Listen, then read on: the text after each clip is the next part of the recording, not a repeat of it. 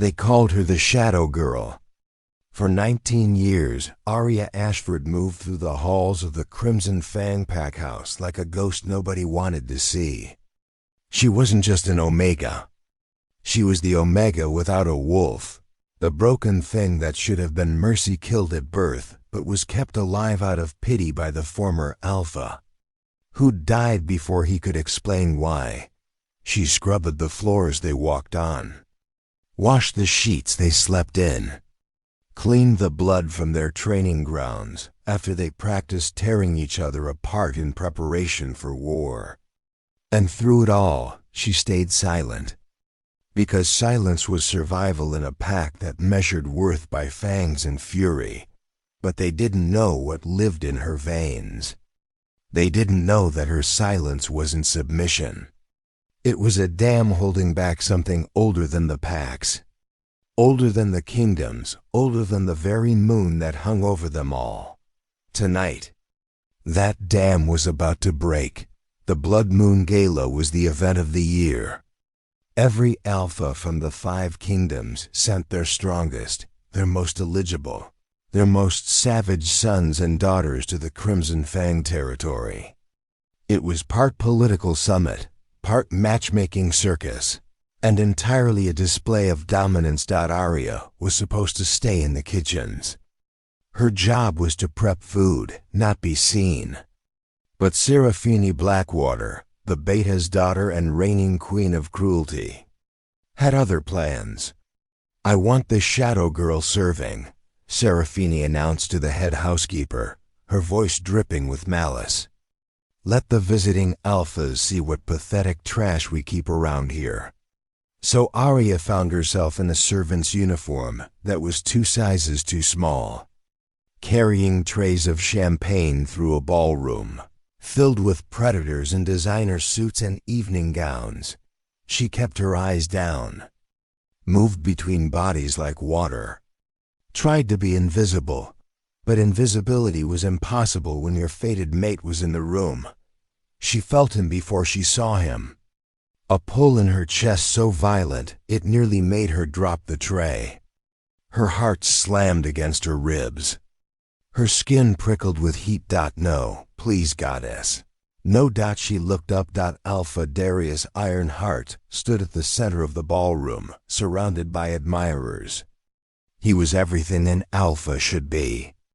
Tall, broad-shouldered, with dark hair and eyes the color of winter storms.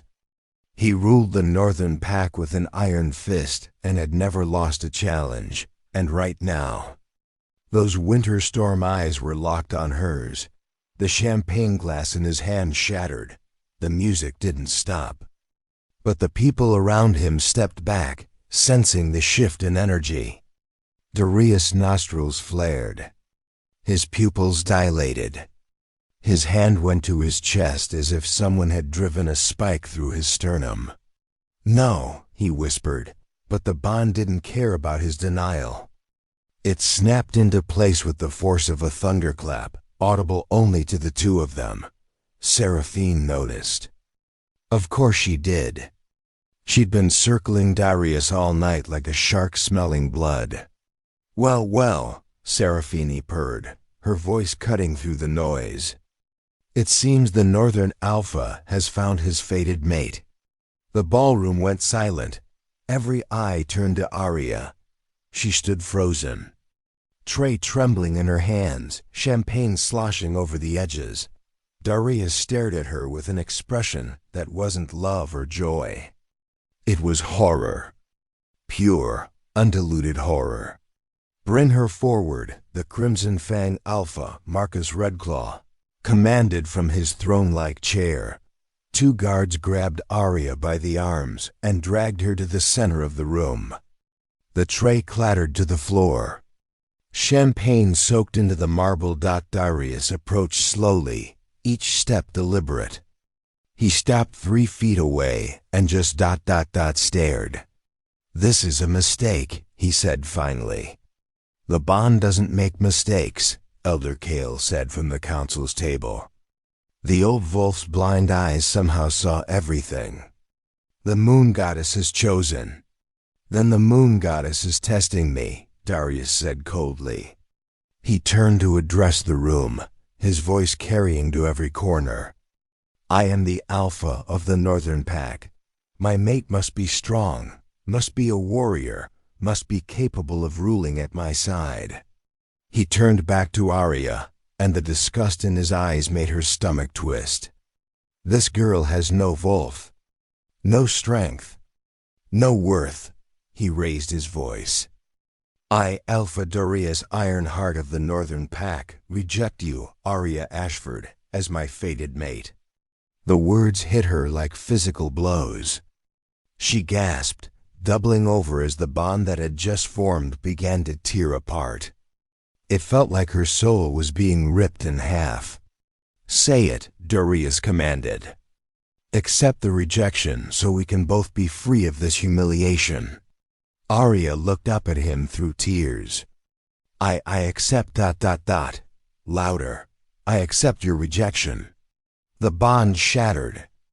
The pain was so intense she screamed, a raw, animal sound that echoed off the crystal chandeliers.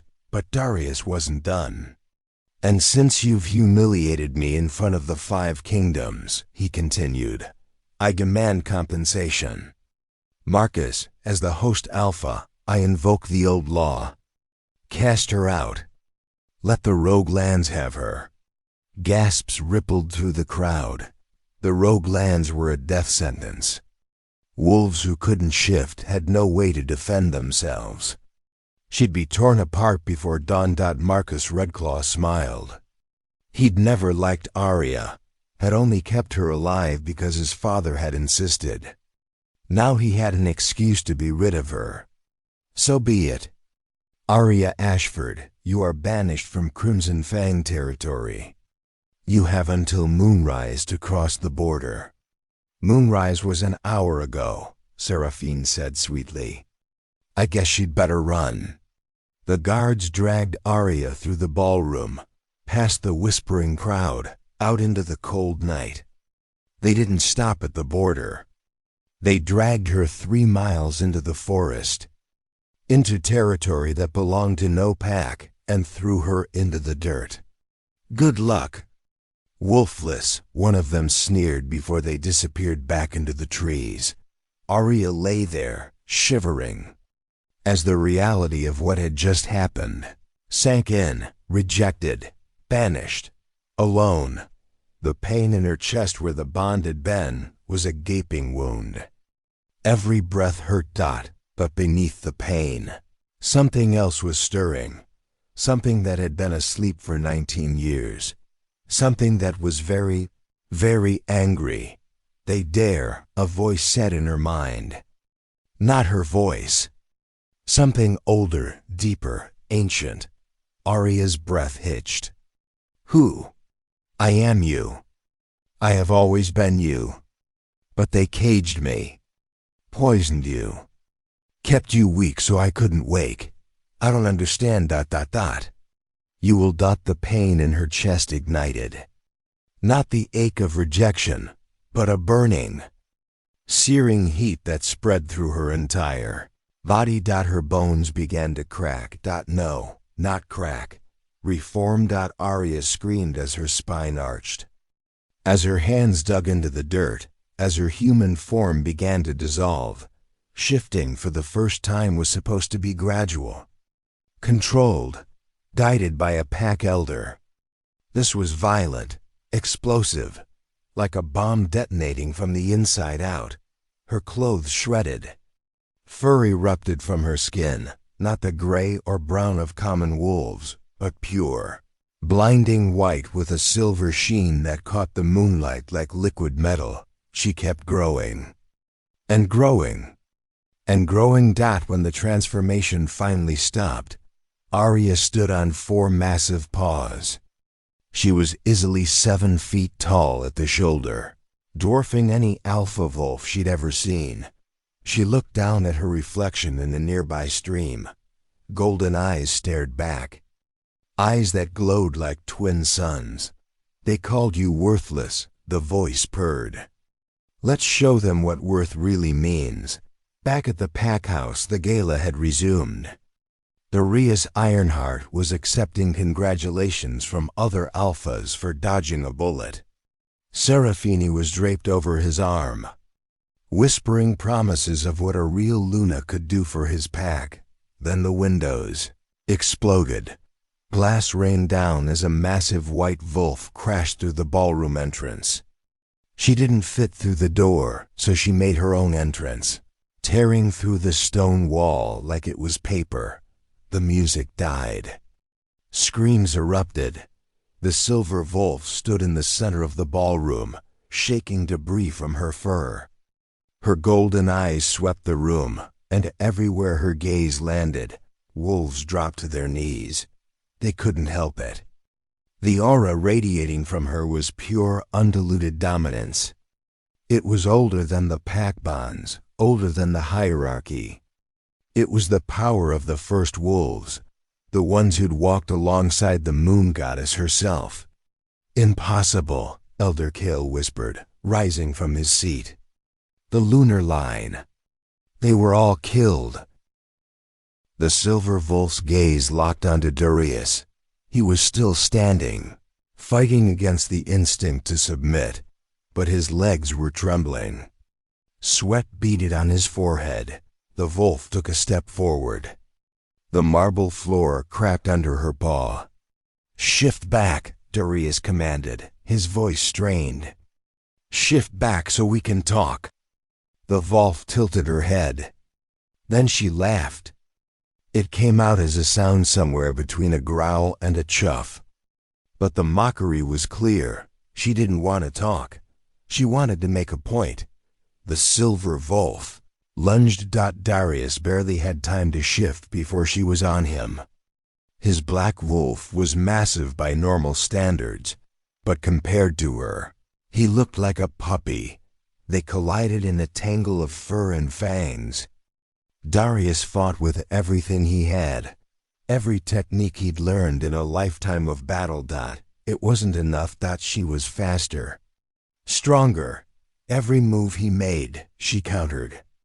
Every attack he launched, she deflected. Within 30 seconds, she had him pinned. Her jaws closed around his throat, not biting down, just holding, making it clear that she could end him whenever she wanted. Darius went still.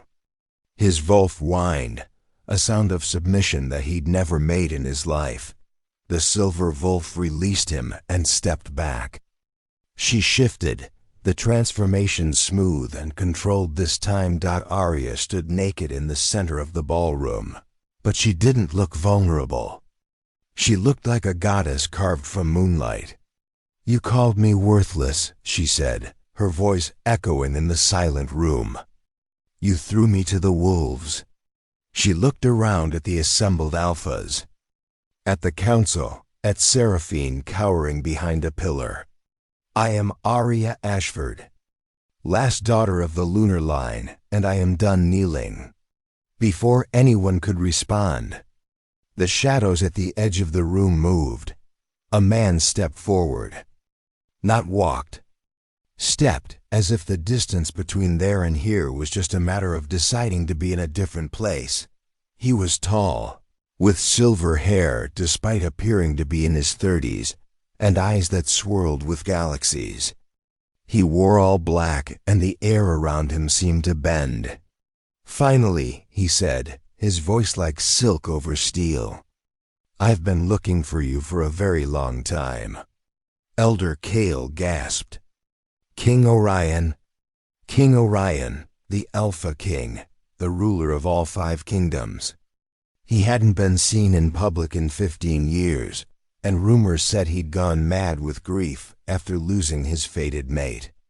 "You," he said, looking at Arya with an intensity that made the air feel heavy. "You're the one from the prophecy." Arya's newly awakened wolf stirred uneasily. "What prophecy?" "The one that says the last lunar wolf will either unite the kingdoms or burn them all to ash." He smiled, and it was the smile of a predator who'd finally found worthy prey. and I'm very curious to see what you'll choose." He extended his hand. "Come with me. I'll teach you what you are, what you can become, and if I refuse, then you'll spend your life running from those who want to use your power, or from those who want to kill you to prevent the prophecy." He tilted his head. "Your choice. But choose quickly. Your scent just broadcast to every Volf in a 100-mile radius that the lunar line lives. They're coming." As if to punctuate his words, howls erupted from the forest. Dozens of them. Pack wolves, rogues, hunters. All converging on this spot. Arya looked at Darius, still in Volf form, still on the ground where she'd left him. She felt nothing. The bond was gone. The love she might have had for him died the moment he rejected her. She turned back to Orion and took his hand. "Teach me." "Oh, I'll do more than that," Orion said, pulling her close and wrapping his coat around her. "I'll make you a queen." He looked at the assembled alphas with cold amusement. "This gala is over. Anyone who follows us dies." And then the shadows swallowed them both, leaving behind a ballroom full of wolves, who had just realized the balance of power had shifted. Rejected Omega was gone, the Lunar Queen had risen, and the 5 kingdoms would never be the same. 3 months later, the citadel of the Alpha King sat at the peak of the Frostfang Mountains, carved from black stone and wreathed in eternal mist. Arya stood on the highest balcony, watching the sun set over the 5 kingdoms spread out below. She wore armor now, black leather and silver steel, custom-made to accommodate her larger frame. Her white-silver hair, once dull and lifeless, now cascaded down her back in waves that caught the light like starshine. Training with Orion had been brutal. He'd pushed her harder than anyone ever had, teaching her not just how to fight, but how to be what she was. A force of nature. A walking apocalypse wrapped in skin. "They're here," Orion said, stepping onto the balcony beside her. "All of them? Every alpha, every beta, the council. Even your old friend Darius." Arya smiled. It wasn't a kind smile. "Good. Are you sure about this?" Orion asked. "Once we make this move, there's no going back. The kingdoms will either bend or break." "They rejected me," Arya said softly. "They threw me away like garbage. Now they'll learn what happens when you discard something precious." She turned to face him. Over the past 3 months, something had grown between them. Not the instant violent pull of a fated bond, but something deeper. Chosen. Earned. "I'm ready," she said. Orion smiled, and this time there was genuine warmth in it. "Then let's go make them kneel." The throne room was packed. Every alpha from the 5 kingdoms stood in tense clusters, wondering why the Alpha King had summoned them. The last time Orion had called a gathering like this, it was to announce the death of his mate and his subsequent retreat from public life. Rumors had been swirling for months about the silver Volf seen at his side. Some claimed it was a weapon he'd created. Others whispered darker things. The massive doors at the end of the hall opened. Orion entered first, his presence alone enough to make the assembled wolves lower their heads. But he didn't go to the throne. He stopped halfway down the aisle and turned, extending his hand. Arya walked through the doors, and the room collectively held its breath. She wore a gown of silver silk that moved like liquid moonlight. A crown of woven platinum and moonstones rested on her head. She didn't look like the broken servant girl they remembered. She looked like a queen. Darius was there, standing near the front. His face went pale when he saw her. Seraphine, beside him, made a small sound of distress. Arya walked past them without a glance, taking Orion's hand and allowing him to lead her to the throne. But she didn't sit in the smaller chair beside it, meant for a consort. She sat in the throne itself. The room erupted in whispers. Orion stood beside her, resting his hand on her shoulder. Silence. The whispers died. 3 months ago, you witnessed the awakening of the last lunar wolf, Orion said, his voice carrying to every corner.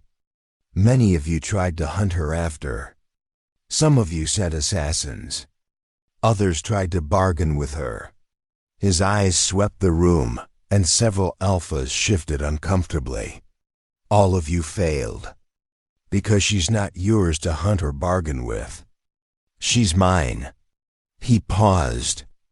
No, that's not right. He looked down at Arya with something that might have been pride. I'm hers. You can't be serious, Darius finally spoke up, his voice raw. She was a servant. An Omega. You're the Alpha King.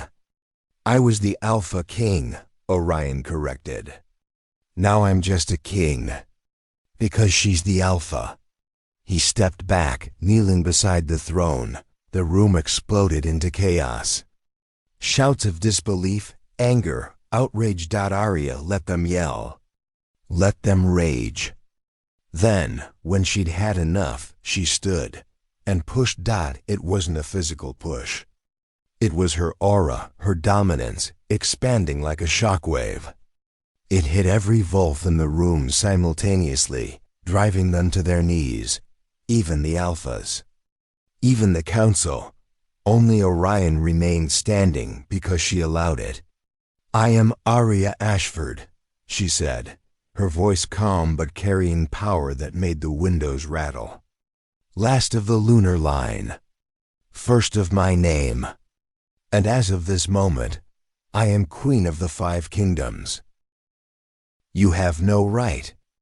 Marcus Redclaw shouted from his knees. You were cast out. You're not even pack. I was cast out, Arya agreed. By you. By Darius. By every pack that saw me as less than. So I'm done with packs. She descended the steps of the throne, walking among the kneeling wolves. From this day forward, there is no pack hierarchy. No alphas, no betas, no omegas. There is only the crown. She stopped in front of Darius. And the crown belongs to me. This is insanity, Seraphine hissed. You can't just, Arya looked at her. Just looked. And Seraphine's words died in her throat as her Volf forced her to lower her eyes. The old ways are dead, Arya continued. You killed them the night you threw me to the wolves. Now we do things my way. And if we refuse? Darius asked, his voice barely a whisper. Arya smiled. Then you can go back to the Rogue Lands and see how you like being hunted. She turned and walked back to the throne, settling into it as if she'd been born to sit there. You have 1 week to declare your loyalty, she announced. After that, anyone who hasn't sworn to the crown is considered an enemy of the kingdom and will be treated as such. She waved her hand in dismissal. Now get out. All of you, except ... Her eyes found Darius. You stay. The room cleared slowly, wolves filing out with backward glances and whispered conversations. Orion squeezed her shoulder once, then followed them out, leaving Arya and Darius alone. Darius finally stood, his legs shaky. What do you want from me? An apology would be nice, Arya said lightly. But we both know you're too proud for that. I was protecting my pack. A mate without a Volf. I had a wolf, Arya interrupted. She was just sleeping, waiting for the right moment to wake up. She stood and descended the steps again, stopping a few feet from him. You rejected me because I was weak, because I embarrassed you, because you cared more about your reputation than the goddess's choice. I was wrong, Darius said, and the admission clearly cost him. I see that now. If I could take it back, you can't. Arya's voice was hard. The bond is broken. And even if it weren't, I wouldn't want you. She stepped closer, close enough that he could feel the heat of her power. You want to know what I want from you, Darius? I want you to live a long life. I want you to watch from the sidelines as I rule the kingdoms you thought were yours. I want you to see me with Orion, choosing love over fate. And know that you could have had this. She leaned in, her voice dropping to a whisper. And every time you close your eyes, I want you to remember the moment you threw me away. The biggest mistake you ever made. She stepped back. Now get out. Darius stood there for a moment, looking like he wanted to say something. Then slowly he bowed. Not a respectful nod. A full, deep bow of submission. And then he left. Arya stood alone in the throne room. Her heart was pounding, adrenaline singing through her veins. She'd done it. The weak Omega they'd all despised was now the most powerful Wolf on the continent. Orion appeared from the shadows, because of course he did.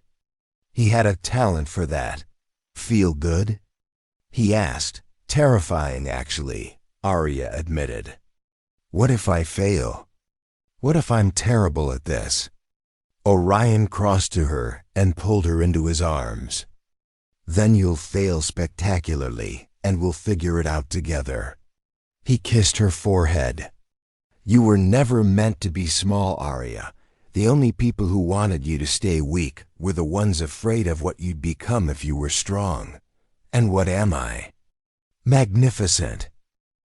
The anniversary of Arya's coronation arrived with ceremony and celebration.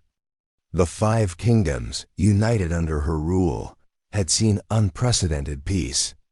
The old pack rivalries had faded, replaced by a new system based on merit rather than bloodline. But not everyone was happy. In the shadows, the old guard plotted. Alphas who missed their power. Wolves who couldn't accept a world where birth didn't determine destiny. They called themselves the True Pack. And tonight, during the celebration, they would strike.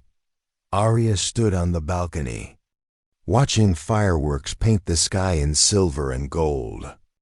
Orion was beside her, his hand warm in hers. Do you ever regret it? She asked. Giving up the throne for me? I didn't give it up, Orion said. I just found someone better to share it with. A scream cut through the music. Arya spun to see smoke rising from the southern wing. Then more screams. The clash of steel. They're attacking during the celebration, Orion said, his voice deadly calm. Bold. Stupid, Arya corrected. They shifted together. Her massive silver wolf and his slightly smaller but no less impressive midnight black beast. And raced toward the battle. The southern wing was chaos. Masked wolves in black tactical gear fought against the Citadel guards. These weren't rogues or desperate outcasts. These were trained fighters, coordinated, lethal. The True Pack had been planning this for months. Arya's wolf crashed into the fray like a silver meteor. She was larger than any wolf there, and her presence alone caused several attackers to falter. One of them, a scarred gray wolf, lunged at her throat. She caught him mid-air, her jaws closing around his neck. Not crushing, just holding. A warning. The gray wolf went limp, submitting instantly. She dropped him and roared. The sound shattered windows 3 floors up and sent several attackers running. Orion fought beside her, moving with the precision of someone who'd been in 1,000 battles. They moved like a single organism, covering each other's flanks, anticipating each other's moves. Within minutes, the attackers were either fleeing or surrendering. But Arya's instincts screamed that this was a distraction. She shifted back to human form, not caring about her nakedness. This was too easy. Orion shifted beside her, and a guard quickly brought them robes. Agreed. Where's the real attack? Arya's eyes widened. The throne room. The crown. They ran. The throne room doors were open, which was wrong. They should have been sealed during an attack.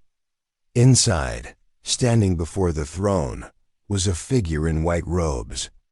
Elder Kale, the blind seer who'd served the crown for 50 years, but his eyes weren't white anymore. They were gold. Glowing gold. You, Arya breathed. Me, Kale said, his voice different now, younger, stronger. Did you really think I was just a harmless old man? You've been planning this since the beginning. Since before the beginning, Kale corrected. Since the night the lunar line was massacred. I was there. I helped. Arya's wolf snarled in her mind, demanding to be let out. The lunar wolves were too powerful, Kale continued, circling the throne. They upset the natural order. Alphas couldn't lead with moon-touched royalty above them. So we made a choice. We killed them all, except me. Except you. Your parents hid you well. And by the time we found you, you'd been so thoroughly suppressed we thought you'd never wake. He smiled. But then that fool Darius rejected you, and boom. The seal broke. Why tell me this? Orion growled. Why not just kill us? Because I want her to understand what she is, Kale said. An anomaly. A glitch in the system. She doesn't belong in this world, and I'm going to erase the mistake we failed to correct 19 years ago. He moved faster than should have been possible for an old man, producing a blade that glowed with silver light. Moon steel. The only thing that could permanently kill a lunar wolf. Arya shifted, but Kale was ready. The blade sliced across her shoulder, and white-hot pain exploded through her body. Her wolf form flickered, unstable. Orion lunged, but Kale threw him back with a wave of his hand. Not physical strength. Magic. Old magic. You're not just a seer, Arya gasped, shifting back to human form and clutching her bleeding shoulder. You're a warlock. A moon priest, Kale corrected. We used to serve the lunar line. But when they became corrupt, drunk on power, we did what had to be done. We wiped them out. My parents weren't corrupt, Arya spat. They were protecting their people from themselves. Kale raised the blade. This is mercy, girl. I'm saving you from becoming a tyrant. The blade descended. Arya didn't have time to shift. Didn't have time to dodge, but Orion did. He threw himself between them, taking the blade meant for her heart in his chest. No! Arya screamed. Orion collapsed, blood spreading across his robe. The moon steel was poison to all wolves, but especially to one as powerful as him. He had minutes, maybe less. Something inside Arya snapped. Not her control. Not her sanity. Her restraint. The silver wolf that emerged wasn't the one the court had seen. That had been the domesticated version, the one Arya kept leashed. This was the true form. She grew. And grew. Her fur became so bright, it was like staring into the sun. Her eyes blazed with golden fire. And when she opened her mouth, her roar didn't just shatter windows. It shattered the stone pillars holding up the roof. Kale stumbled backward, his confidence cracking. Impossible. You're not fully awakened. You shouldn't be able to. Arya didn't let him finish. She was on him at a heartbeat, jaws closing around his torso. The moon priest tried to speak a spell, tried to call on his ancient magic, but Arya's power was older, more fundamental. She was the moon's first child, and his stolen magic meant nothing against her birthright. She bit down, Kale screamed. And then he was silent. Arya dropped the body and shifted back, falling to her knees beside Orion. Blood poured from his chest wound. His breathing was shallow, labored. "Stay with me," she begged, pressing her hands against the wound. "Please stay with me." "Arya," he whispered, his hand finding hers. "You were magnificent. Don't you dare," she sobbed. "Don't you dare say goodbye. I'm not." He smiled weakly. "I'm saying." "Bite me." She blinked, not understanding. "Your blood," Orion gasped. "Lunar blood. It can heal anything. But you have to. Make me pack. Bite me. Claim me. That's just a legend. Everything about you is supposed to be legend." He coughed, blood on his lips. "Trust me, please." Arya looked at the wound. Moonsteel poisoning was always fatal. But legend said the lunar wolves could bring others back from the edge of death by sharing their blood. Their power she'd never tried. Didn't know if it would work, but she had to try. She shifted partially, just her fangs, and bit into her own wrist. Blood welled up, glowing faintly silver. She pressed it to his lips. "Drink." Orion drank. And as her blood entered his system, something extraordinary happened. The black veins of moonsteel poisoning began to recede. The wound began to close. His breathing steadied, but more than that, a bond formed. Not the fated mate bond that had snapped into place with Darius. This was something chosen. Something earned through blood and battle and trust. It was stronger. Orion's eyes opened, and they were glowing faintly gold. Not as bright as hers, but touched by her power. "Welcome to the pack," Arya whispered. "Pack of two," Orion said with a weak smile. "My favorite kind." 3 months later, the throne room had been rebuilt, stronger, more beautiful. And today it was filled not with fighters or politicians, but with witnesses. Arya stood before the throne wearing a gown of white and silver that seemed to be woven from moonlight itself. Her hair was braided with platinum threads and moonstones. On her head sat the crown, reforged from the ruins of the old one. Beside her, Orion wore black armor chased with silver, looking every inch the warrior king he'd once been and still was in all the ways that mattered. The 5 kingdoms had come to witness the royal binding. Not a wedding, exactly. Something older. The moon priest ritual performed by a real priest this time. Not a corrupted warlock. That would tie their lives together permanently. In the front row sat several faces Arya had thought she'd never see again. Darius was there. He'd sworn loyalty to the crown 3 months ago, quietly, without fanfare. He looked older now, humbled. Beside him was an empty space where Seraphine should have been. She'd fled the kingdoms rather than submit to Arya's rule. Marcus Redclaw was there too, looking uncomfortable but present. The Crimson Fang Pack had been dissolved, its members integrated into the new kingdom structure. And in the very front, in a place of honor, was an empty chair draped with white cloth. For the parents Arya had never known. For the lunar line that had almost been erased, the priest raised his hands. We are gathered to witness the binding of Queen Arya Ashford of the lunar line and King Orion Nightshade, formerly of the Dark Moon bloodline. The ceremony was beautiful. Ancient words in a language older than the kingdoms. Vows spoken, not just with voices but with power, with magic.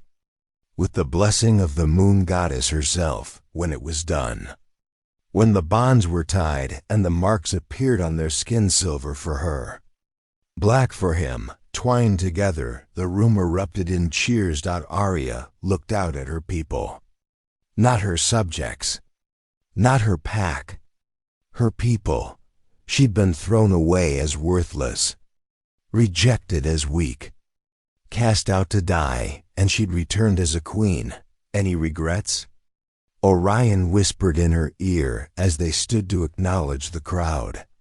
Arya thought about the scared girl scrubbing floors. The Omega without a Wolf. The shadow girl nobody wanted. None, she said. And she meant it, because that girl had died in the forest the night she was banished. What had risen in her place was something the old world couldn't contain. And this new world. It was hers. 1 year later, epilogue. The nursery in the northern tower was warm despite the winter storm raging outside. Arya sat in a rocking chair, cradling a bundle of blankets that squirmed and made small.